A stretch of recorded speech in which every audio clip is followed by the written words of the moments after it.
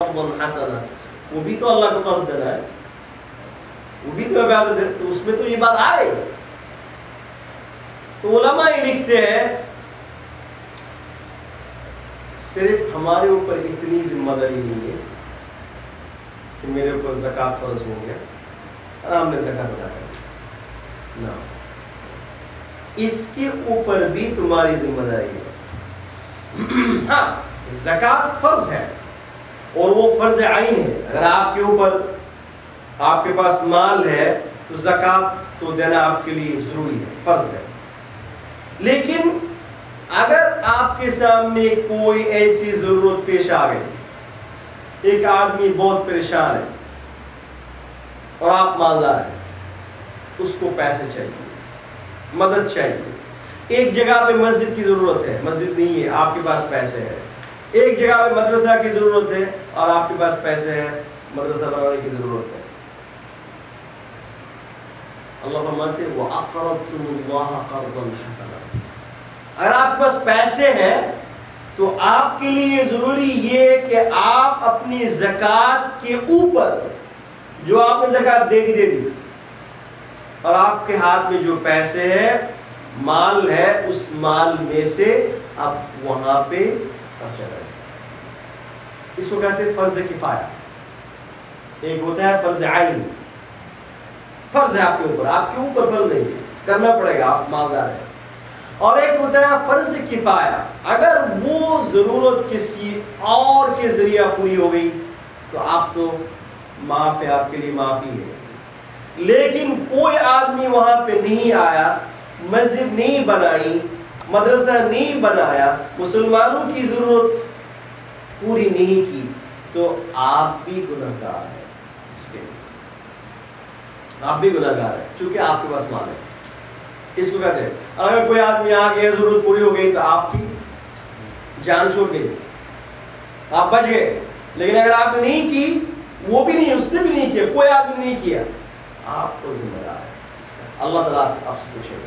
اس کو کہتے ہیں وَأَقْرَضْتُمُ اللَّهَ قَرْضًا حَسَنًا، یہ زکوٰۃ سے اوپر۔ اس لیے میں کہتا ہوں کہ ہم بڑے ظالم ہیں، ہم بڑے ظالم ہیں۔ آپ اپنے ملک میں جائیں گے، مدرسہ کی جو حالت ہے، مدرسے کی جو حالت ہے، ہم بڑے ذمہ دار ہیں اس کے۔ ایک عالم، ایک حافظ صاحب صبح سے لے کر شام تک، رات 12 بجے تک پڑھاتا ہے، اس کو تنخواہ ملتی ہے 2000 سے لے کر 2500 روپے۔ وہ بھی اس آدمی کو 6 مہینے بعد ملتا ہے۔ آپ کے پاس کیا جواب ہے اس کے لیے؟ اس آدمی نے تو یہ طے کر چکا ہے کہ میری جان جائے، میری فیملی جائے، جو کچھ جائے، مجھے خدمت کرنی ہے، مجھے پڑھانا ہے، چاہے میری جان چلی گئی، چاہے میری فیملی برباد ہو گئی، اس سے مجھے کچھ پرواہ نہیں، کہ اس کے اندر تقویٰ ہے، پرہیزگاری ہے، مجھے اللہ کا کلام سکھانا ہے، مجھے اللہ کا کلام سکھانا ہے۔ وہ آدمی تو اپنی ذمہ داری پوری کر رہا ہے۔ قیامت کے میدان میں اگر یہ آدمی کھڑا ہو گیا کہ میں نے تو جو ہے پیسے بغیر ہی پڑھایا، 6 مہینے بعد مجھے تنخواہ ملی تھی اور تمہاری جیب کے اندر پیسہ پڑا رہا تھا اور تمہاری بینک بیلنس بہت زیادہ تھی، کوئی جواب نہیں، ہم فرض کفایہ ادا نہیں کر رہے ہیں، ہم پریشان، ہمیں اللہ تعالیٰ سے جواب دینا پڑے گا۔ آپ کو معلوم ہے مدرسہ میں جو پڑھتے تھے ہم، جو آج کل بچے پڑھتے ہیں مدرسہ میں، مہینے میں 1 دفعہ ان کو گوشت نہیں ملتا، مہینہ میں 1 دفعہ گوشت نہیں ملتا۔ جس دن کچن کے اندر گوشت پکتا ہے، اس دن ان کے لیے عید بن جاتی ہے۔ یہ لڑکا جس کو 1 مہینہ میں 1 دفعہ گوشت نہیں ملتا، اور اس کی زبان میں صبح سے لے کر شام تک قرآن الکریم کی تلاوت ہے، اور ہم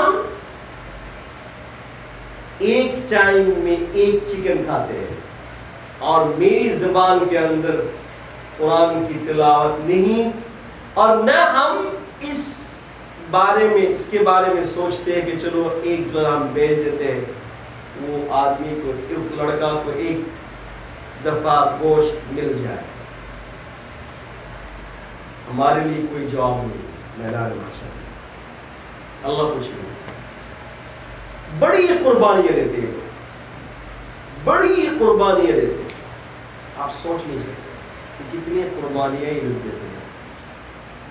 پورا کا پورا دن بچوں کو پڑھا رہا ہے، حفظ کروا رہا ہے، عالم کورس دے رہے ہیں، لیکن مہینے کے آخر میں ان کو تنخواہ نہیں ملتی، کبھی کمپلین بھی نہیں کرتا، چلو ٹھیک ہے آ گیا تو آ گیا، نہیں آ گیا نہیں آ گیا۔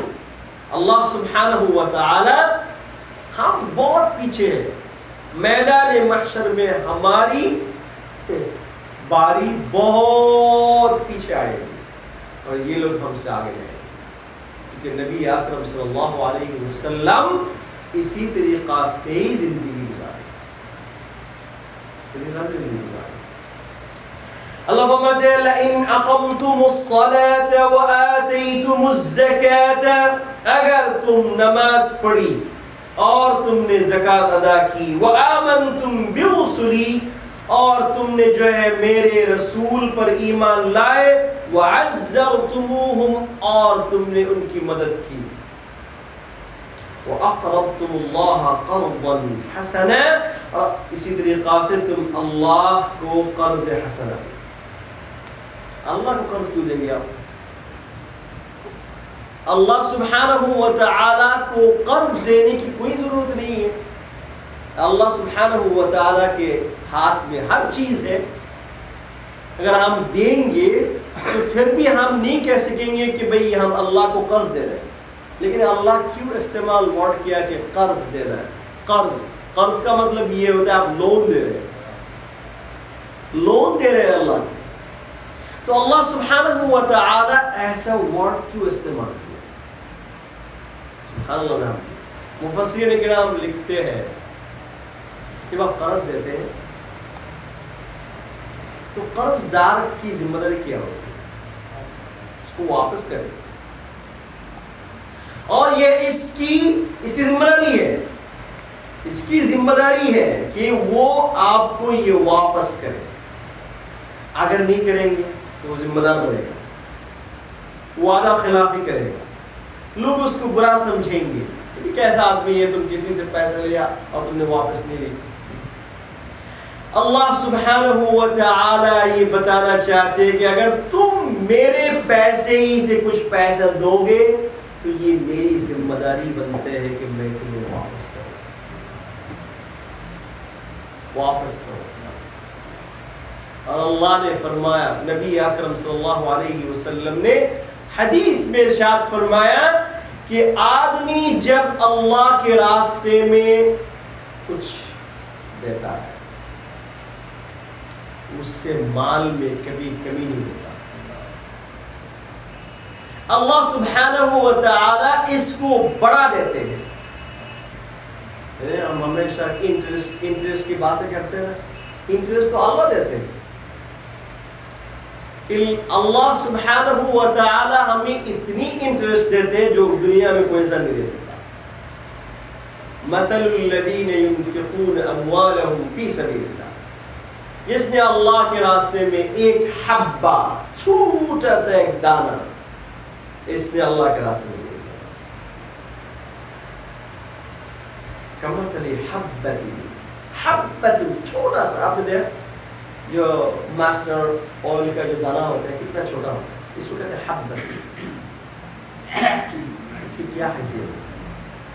اس کی کیا حیثیت ہے؟ اگر میں آپ کو دوں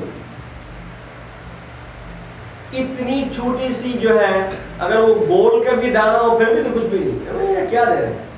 اللہ فرماتے ہیں کمثل حبۃ، ایک دانہ ایسا ہے، انبتت سبع سنابل فی کل سنبلۃ مئۃ حبہ. فرمایا کہ یہ دانا آپ نے جو ہے لا کے زمین میں چھوڑ دیا. آپ کا صرف اتنا کام ہے, چھوڑ دیا آپ نے. اللہ نے اس کو اتنا بڑا بنا دیا, اس کے اندر 100 دانا واپس آ رہا ہے. آپ نے دیا 1, واپس آ رہا 100. اللہ فرماتے اتنا بھی نہیں, واللہ یضاعف لمن یشاء.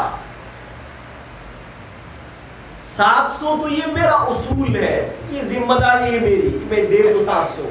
اللہ فرماتے ہیں واللہ یضاعف لمن یشاء, جس کے لیے میں چاہتا ہوں اس کو میں بلا حساب, کوئی بغیر حساب دیتا ہوں. اللہ یضاعف لمن یشاء. پھر اللہ فرماتے ہیں کہ میں کیوں دوں, میں کیوں دوں. اللہ فرماتے ہیں یہ میری شان ہے. واللہ واسع, اللہ وسیع ہے. اللہ کی شان ایسی ہے کہ اللہ تھوڑا بڑا دے نہیں پاتا. اب اگر آپ کے پاس بہت پیسے ہیں, بہت پیسے ہیں, مالدار بہت ہے, آپ کے پاس کوئی آدمی آیا تو آپ کیا 100 روپے دیں گے؟ نہیں یار کیا بات ہے, یہ تو میری شان کے خلاف ہے, میری شان کے خلاف. اللہ میں میری شان ایسا نہیں ہے. واللہ واسع, اللہ کی شان بہت بڑی ہے. علیم, اور اللہ ایسا بھی نہیں دیتے کہ یہ ایسے ہی دے دیتے. اللہ جانتے ہیں کہ دینے میں کیا ہوتا ہے.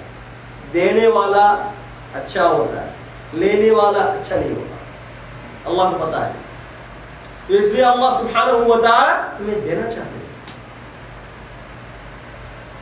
تو اللہ فرماتے ہیں, اس لیے اللہ فرماتے ہیں کہ قرض دو مجھے, لون دو, پھر میں انٹرسٹ تمہیں دوں گا. یہ اللہ نے کہا انٹرسٹ دینے کی تو ہم بھی لے سکتے ہیں. اللہ بہت ناپسند کرتا ہے. یہ اللہ کی شان ہے, اللہ کی شان ہے کہ اللہ دے سکتے ہیں, لیکن انسان کے لیے حرام نہیں کر سکتے. تو اللہ فرماتے وَأَقْرَضْتُمُ اللَّهَ قَرْضًا حَسَنًا لَأُكَفِّرَنَّ عَنْكُمْ سَيِّئَاتِكُمْ. تو اللہ فرماتے ہیں کہ اگر تم یہ چند چیزیں تم کرو گے تو ایک نمبر بات تو پہلے کہ یہ انی معکم, میں تمہارے ساتھ میں ہوں گا, میری مدد تمہارے ساتھ میں ہوگی. جہاں کہیں تمہارے پر مصیبت آئے گی میں ہوں. اس لیے تو حدیث میں فرمایا نا کہ صدقہ سے بلا دور ہو جاتا ہے. کیوں؟ انی معکم, میں تمہارے ساتھ میں ہوں, میں تمہارے ساتھ میں ہوں. چونکہ تمہارے اندر یہ کوالٹیز ہے, اللہ کے راستے میں دینے کی عادت ہے, زکوٰۃ دینے کی عادت ہے, نماز پڑھنے کی عادت ہے, تو میں تمہارے ساتھ میں ہوں. جب تمہارے ساتھ میں ہوں تو پھر کوئی مصیبت نہیں آئے گی. اللہ اکبر, اللہ ہمیں اس کو سمجھ دے. لَأُكَفِّرَنَّ عَنْكُمْ سَيِّئَاتِكُمْ. بات تو یہ گئی کہ اللہ آپ تو میرے ساتھ میں ہے, لیکن میرا گناہ کا کیا ہوگا. گناہ تو میں بہت ہوں, میں گناہ گار ہوں, میرے گناہ کا کیا ہوگا یا اللہ. لَأُكَفِّرَنَّ عَنْكُمْ سَيِّئَاتِكُمْ, میں سارے گناہوں کو معاف کر دوں گا. کفر یکفر کا مطلب صرف معاف کر دینا نہیں. آپ معلوم اس کا مطلب کیا ہوتا ہے؟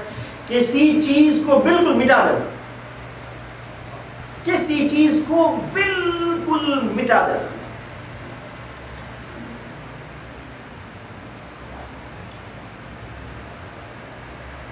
اس لیے اللہ سبحانہ و تعالیٰ دوسری آیت میں فرماتے ہیں, ایک تو اللہ نے فرمایا کہ ان الحسنات یذہبن السیئات. آپ نے اگر کوئی نیک عمل کیا تو اس سے جو بد عمل پہلے آپ نے کیا تھا وہ مٹا دیتا.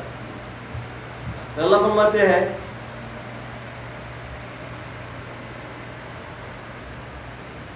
لَيُبَدِّلَنَّهُمْ بِالْحَسَنَاتِ. کہ اللہ میری جو ہے اکاؤنٹ میں تو ہزاروں گناہ ہیں, ہزاروں گناہ ہیں, مٹا دیا. آپ کی شان ایسے نہیں ہے. اللہ آپ کی شان تو کچھ اور ہے. اللہ فرماتے ہیں کہ میں یہ سارے کے سارے نیکیوں سے بدل دیتا ہوں. یہ اللہ کی شان ہے. اس اللہ میں واللہ واسع علیم. اللہ واسع ہے، اللہ وسیع ہے، اللہ علیم ہے. کہ اللہ کی شان ایسے نہیں کہ تمہارا گناہ سے معاف ہو جائے. اللہ تمہارے گناہوں کو ایک تو تم نے پہلے جو کچھ کیا ہے اس کو بالکل مٹا دیں گے، پھر اس کے بعد اس کے اوپر اس کو اب نیکیوں سے بدل دیں گے. یہ اللہ کی شان ہے. سبحان اللہ. وَلَأُدْخِلَنَّكُمْ جَنَّاتٍ تَجْرِي مِن تَحْتِهَا الْأَنْهَارُ. اللہ سبحانہ و تعالیٰ جب باتیں کرتے ہیں کوئی چیز نہیں چھوڑتے. ٹھیک ہے گناہ تو معاف ہو گیا، لیکن میرا کام صرف گناہ کا معاف ہونا نہیں. میں تو جنت میں جانا چاہتا ہوں، میں تو جنت میں جانا چاہتا ہوں. اس کے لیے کیا گارنٹی ہے؟ گناہ تو معاف ہو گیا، ٹھیک ہے اچھی بات ہے، لیکن اس کے بعد میرے لیے جنت میں ٹھکانا ہے کہ نہیں؟ اللہ فرماتے ہیں سنو سنو، صرف میں نہیں کہہ رہا ہوں کہ پھر تمہیں جنت میں دوں گا. وَلَأُدْخِلَنَّكُمْ لام ہوتا ہے للتحقیق، کسی چیز کے اندر تاکید دینے کے لیے. وَلَأُدْخِلَنَّ، پھر اس کے بعد میں نون لایا، نون شدہ، نون کے اوپر تشدید ہے، یہ بھی تاکید کے لیے ہوتا ہے. وَلَأُدْخِلَنَّكُمْ، میں تمہیں جنت میں ضرور بالضرور داخل کروں گا. اچھا ٹھیک ہے، جنت تو ایک جنت ہے. یہاں اللہ کو کہا جنات، ایک جنت میں نہیں، جنات. جنت میں ہزاروں باغیں ہیں، گارڈنز ہیں، وہ سارے کے سارے تمہارے لیے. جنات، صرف اتنا ہی نہیں، تجری من تحتها الانہار، جس کے نیچے سے نہر بہتے ہیں. تم دیکھتے رہو. معراج میں واقعہ ہے نا، معراج کے اندر ایک واقعہ ہے. نبی علیہ السلام جب گئے سدرۃ المنتہا کے پاس، یہ جگہ نہر ہے وہاں، تو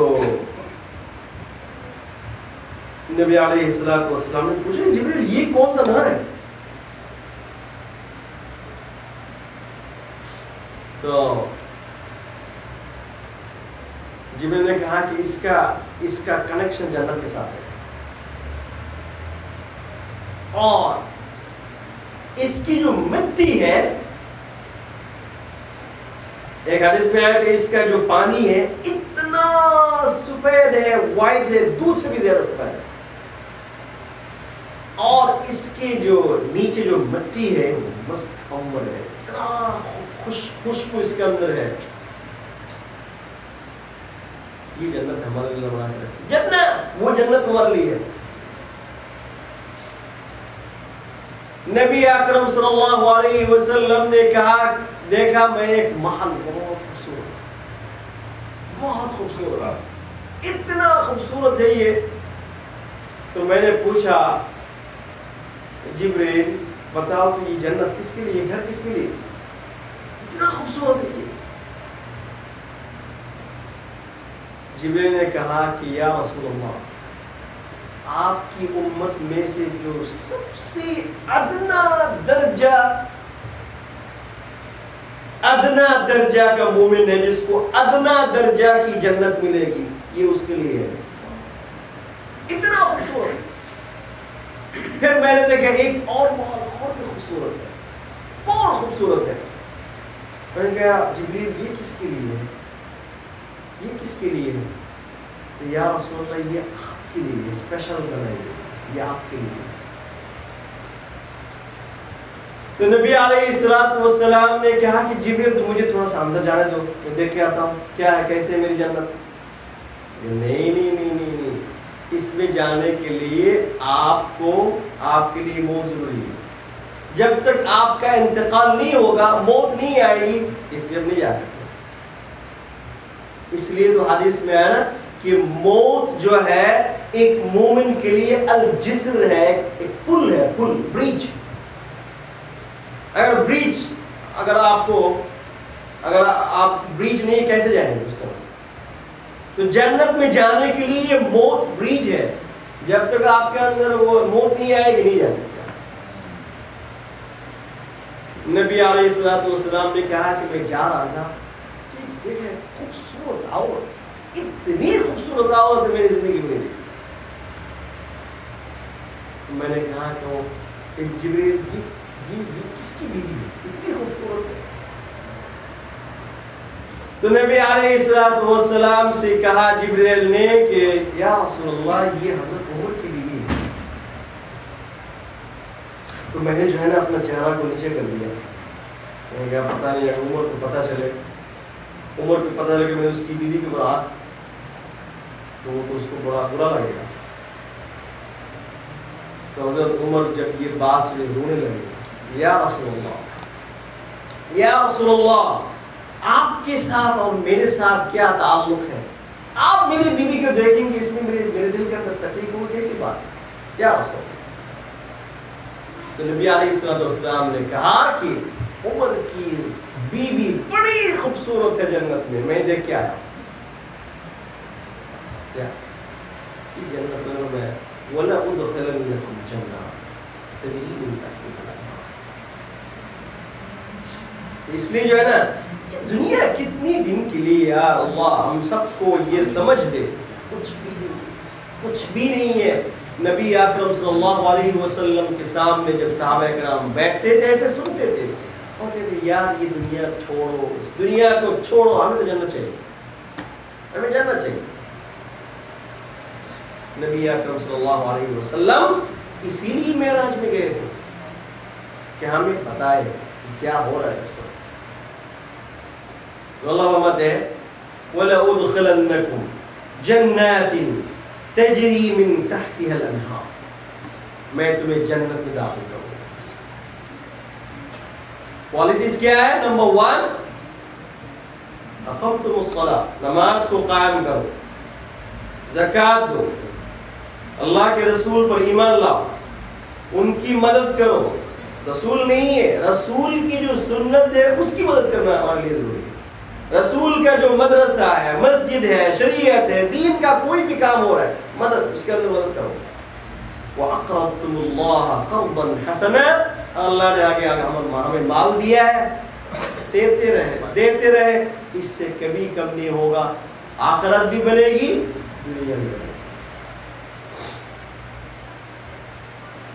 تو اللہ فرماتے ہیں فَمَنْ كَفَرَ بَعْدَ ذَلِكَ مِنْكُمْ فَقَدْ ضَلَّ سَوَاءَ السَّبِيلِ. اور جس نے انکار کر دیا، صاف ستھری بات سامنے آئی، شریعت کی بات آئی، دین کی بات آئی، اس نے انکار کر دیا، فَقَدْ ضَلَّ سَوَاءَ السَّبِيلِ، تو اس نے جو ہے صحیح راستہ سے دور چلے گئے. اچھا آپ فرماتے ہیں اللہ سبحانہ و تعالیٰ فَبِمَا نَقْضِهِمْ مِيثَاقَهُمْ. اب یہ فرماتے ہیں اللہ سبحانہ و تعالیٰ کہ بنی اسرائیل اپنے عہد کو توڑنے کی وجہ سے، اللہ فرماتے ہیں معاہدہ تم نے میرے ساتھ کیا ہے، میری عبادت کرو گے، میری نبی کی منو گے، میری شریعت پر چلو گے، تم نے یہ معاہدہ کیا ہے، لا الہ الا اللہ محمد رسول اللہ تم نے کہا. اس کا مطلب یہ ہے کہ تم نے معاہدہ کیا. اچھا ٹھیک ہے، تو آپ سنو، تم سے پہلے قوم گئی تھی، ان لوگوں نے میرے ساتھ معاہدہ کیا تھا، غلطی کی، توڑ دیا، کیا پرابلم ہوا؟ سنو فَبِمَا نَقْضِهِمْ مِيثَاقَهُمْ. نقضہم کا مطلب نقض بنی اسرائیل، بنی اسرائیل اپنے عہد کو توڑنے کی وجہ سے میں نے ایک سزا دنیا میں یہ دی، لعناہم، ان پر لعنت کی، ان کو میری رحمت سے محروم کر دی. یہ دنیا کی سزا ہے.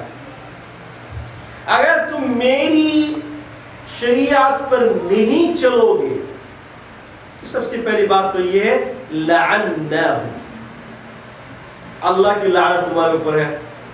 اور اس لعنت کی وجہ سے اس کا مطلب یہ ہوتا ہے کہ تم اللہ کی رحمت سے بالکل محروم ہو جاؤ گے. اچھا، جب اللہ تعالیٰ کی رحمت سے کوئی آدمی محروم ہو جاتا ہے تو اس میں کیا نقصان ہے؟ اللہ فرماتے ہیں پھر اس کے بعد سنیں وَجَعَلْنَا قُلُوبَهُمْ قَاسِيَةً، ہم نے ان کا دل سخت بنا دیا. تمہارے لیے بھی یہ سزا ہے. اگر تم نے میرے نبی کو نہیں مانا، تم نے میرے نبی کی سنت مطابق زندگی نہیں گزاری، تم نے میری شریعت کے مطابق زندگی نہیں گزاری، سب سے پہلی بات تو یہ ہے کہ لعناہم، اللہ کی طرف سے تمہارے اوپر لعنت ہے، تم اللہ کی رحمت سے محروم ہو گئے ہو. نمبر 2، اس گناہ کی وجہ سے ایک بات یاد رکھنا، نبی صلی اللہ علیہ وسلم نے ارشاد فرمایا ایک گناہ دوسرا گناہ لے کے آتا ہے، ایک نیکی دوسری نیکی کو لے کے آتا ہے، ایک نیکی دوسری نیکی کو لے کے آتا ہے. تو یہ گناہ کی سزا ہے کہ ایک گناہ آپ کریں گے تو دوسرا گناہ ہوگا. کیا ہے؟ نمبر 2، وَجَعَلْنَا قُلُوبَهُمْ قَاسِيَةً، دل بالکل سخت ہو جائے گا، نہ قرآن کی بات اندر جائے گی، نہ حدیث کی بات اندر جائے گی، نہ کوئی اچھی بات کی جگہ دل کے اندر ہوگی. اس لیے نبی اکرم صلی اللہ علیہ وسلم نے حدیث میں ارشاد فرمایا من اذنب ذنبا، جس نے کوئی ایک چھوٹا سا گناہ کیا، ٹھیک ہے، جیسے اس نے گناہ کیا، گناہ کرنے کے بعد یہ گناہ کی سزا یہ کہ اس کے دل کے اندر ایک چھوٹا سا کالا دبا لگ جائے گا.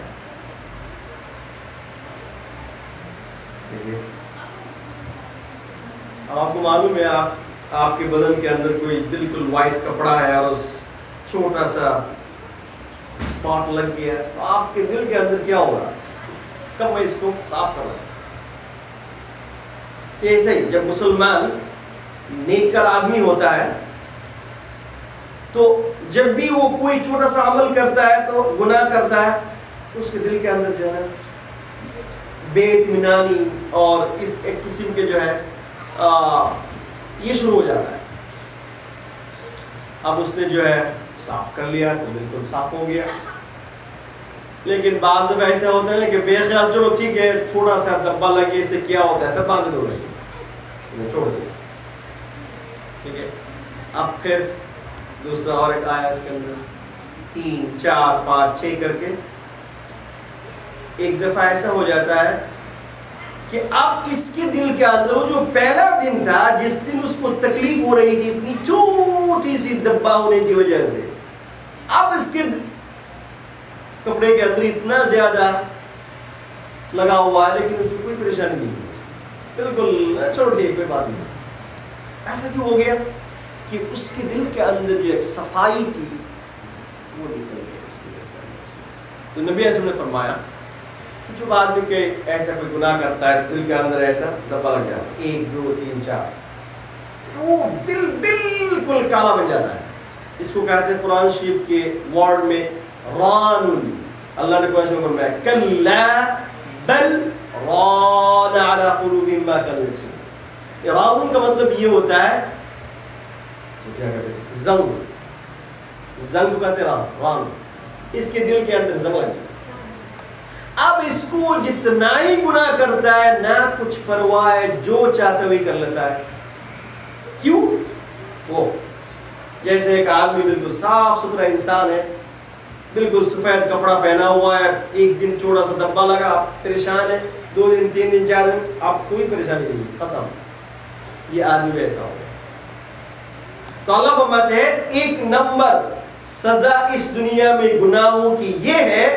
اللہ فرماتے ہیں وَجَعَلْنَا قُلُوبَهُمْ قَاسِيَةً، میں اس کا دل بالکل سخت بنا دوں، بالکل سخت، اس کو کسی قسم کی پرواہ نہیں.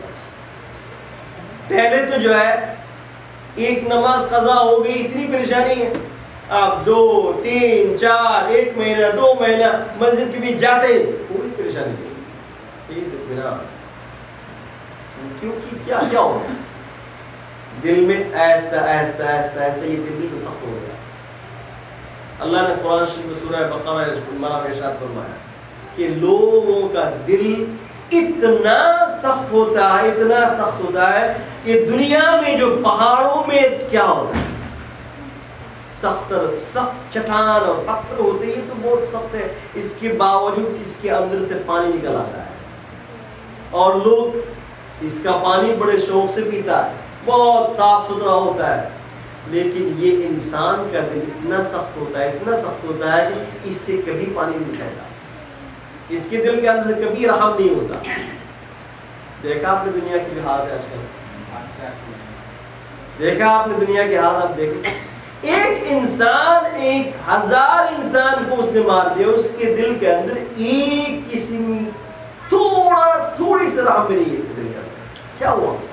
دل ہے اس کے اندر، اس کے اندر دل ہے، لیکن یہ دل ایسا ہو گیا اللہ نے فرمایا کہ یہ پتھر سے زیادہ سخت ہو گیا،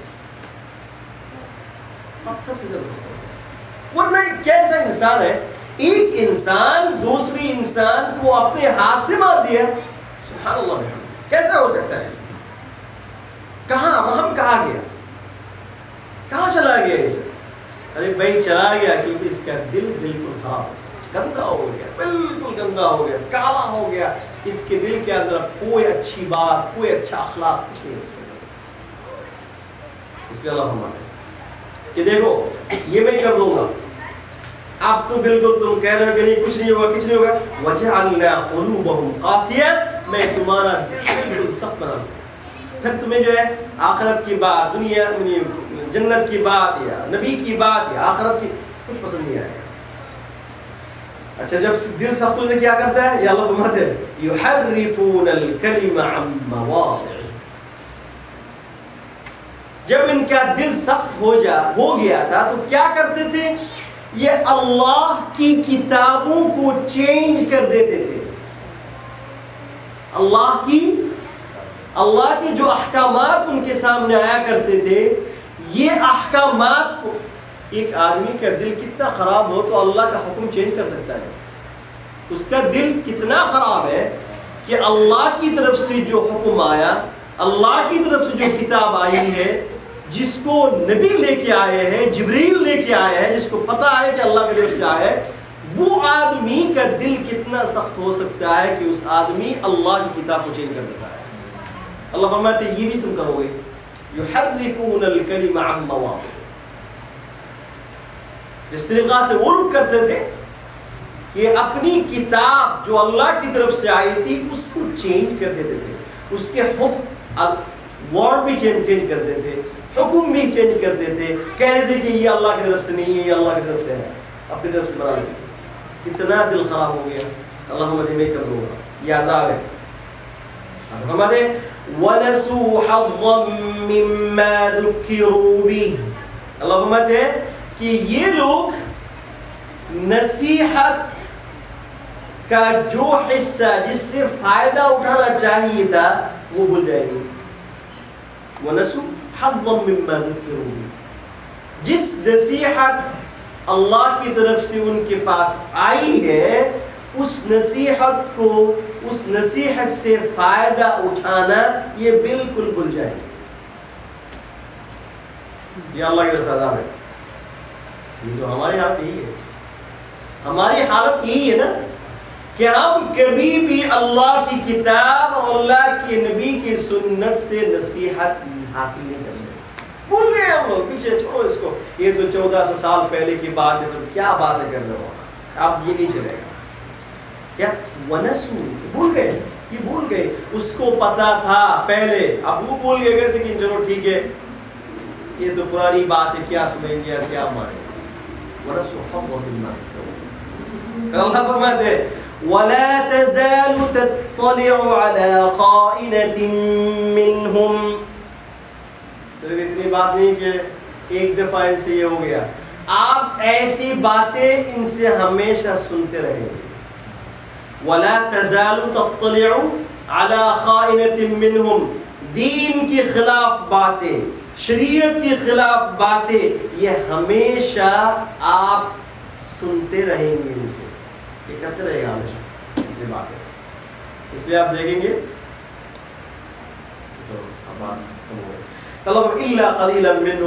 مگر بعض تھوڑے سے لوگ ایسے ہوں گے جو ان سے نصیحت حاصل کریں گے، اللہ کی بات سنیں گے، باقی سارے جو ہے بھول جائیں گے۔ اللہ فرماتے ہیں، دیکھیں اللہ کیا فرماتے ہیں، فاعف عنہم، اس کے باوجود ان کے ساتھ بدسلوکی نہیں کرنا۔ لوگ بہت برے ہیں، کبھی آپ کی بات نہیں سنیں گے، صرف ہمیشہ آپ کی برائی کے کرتے رہیں گے، دین کی برائی کے بیان کرتے رہیں گے، لیکن فاعف عنہم، ان کو آپ معاف کر دیں، ان کو آپ معاف کر دیں۔